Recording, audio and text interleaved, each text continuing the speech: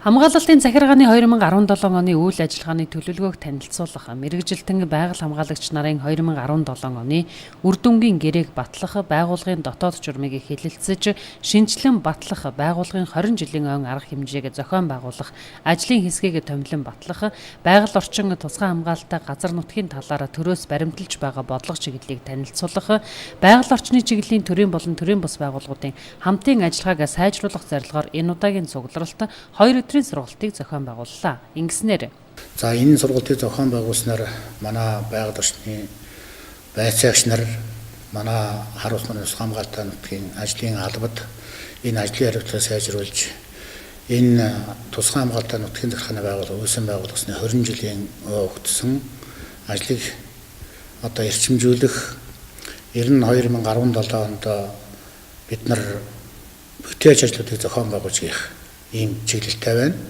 Энэ хүрээнд бид нар бүх байцаагч нараа техник хэрэгслээр хангах энэ ажлыг зохион байгуулж, энэ сургалтын үед бүгдэд нь хувцас хэрэглэх бүх төрлийн техник хэрэгслээр ингэж хангах ажлыг зохион байгуулж ажиллаж байна. Хар ус нуур орчмын улсын тусгай хамгаалалттай газар нутгийн хамгаалалтын захиргааны газар нь 18 байгаль хамгаалагчтай.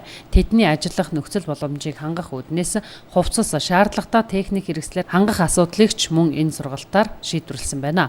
Ирэх 9-р сард үүсэн байгуулагдсныхаа 20 жилийн ойг тэмдэглэн өнгөрүүлэх тус байгууллагын хамт олон ойгоо өгсөн олон бүтээлч ажлыг хийж хэрэгжүүлэхээр төлөвлөжээ. Энэ талаар энэ өг бид нар баяр наадмын хэлбэртэй гол нь биш, энэ бүтээлч ажлын хэлбэрээр зохион байгуулж өнгөрүүлэх ийм шаардлага байна гэж ингэж үзэж байгаа.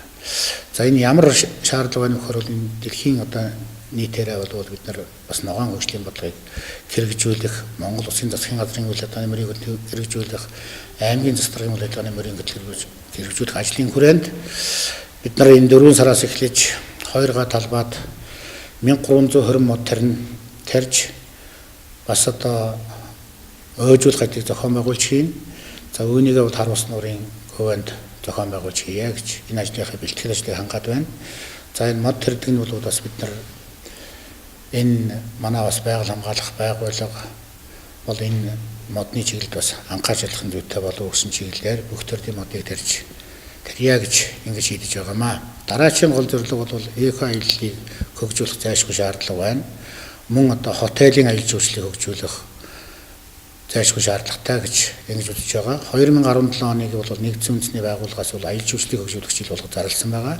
Хотелийн аялал жуулчлалыг хөгжүүлэх энэ гол ажил бол бид нар Бүргэдийн баярыг Ховд аймгийн Буянд цумд гэж болж байна, Ховд цумд гэж болж байна, орчныхаа бас нутгийн зааман дээрээс нь бол Эсхийний баярыг хийж болж байна. Энэ удаагийн цугларалт 2 өдрийн сургалтыг хамгаалалтын захиргаанаас аймгийн засаг даргын тамгын газар, Дэлхийн зүүн Монгол олон улсын байгууллага, аймгийн байгаль орчин аялал жуулчлалын газар, Харнуур Ховд голын сав газрын захиргаа, Ховд их сургууль зэрэг байгууллагатай хамтран зохион байгууллаа.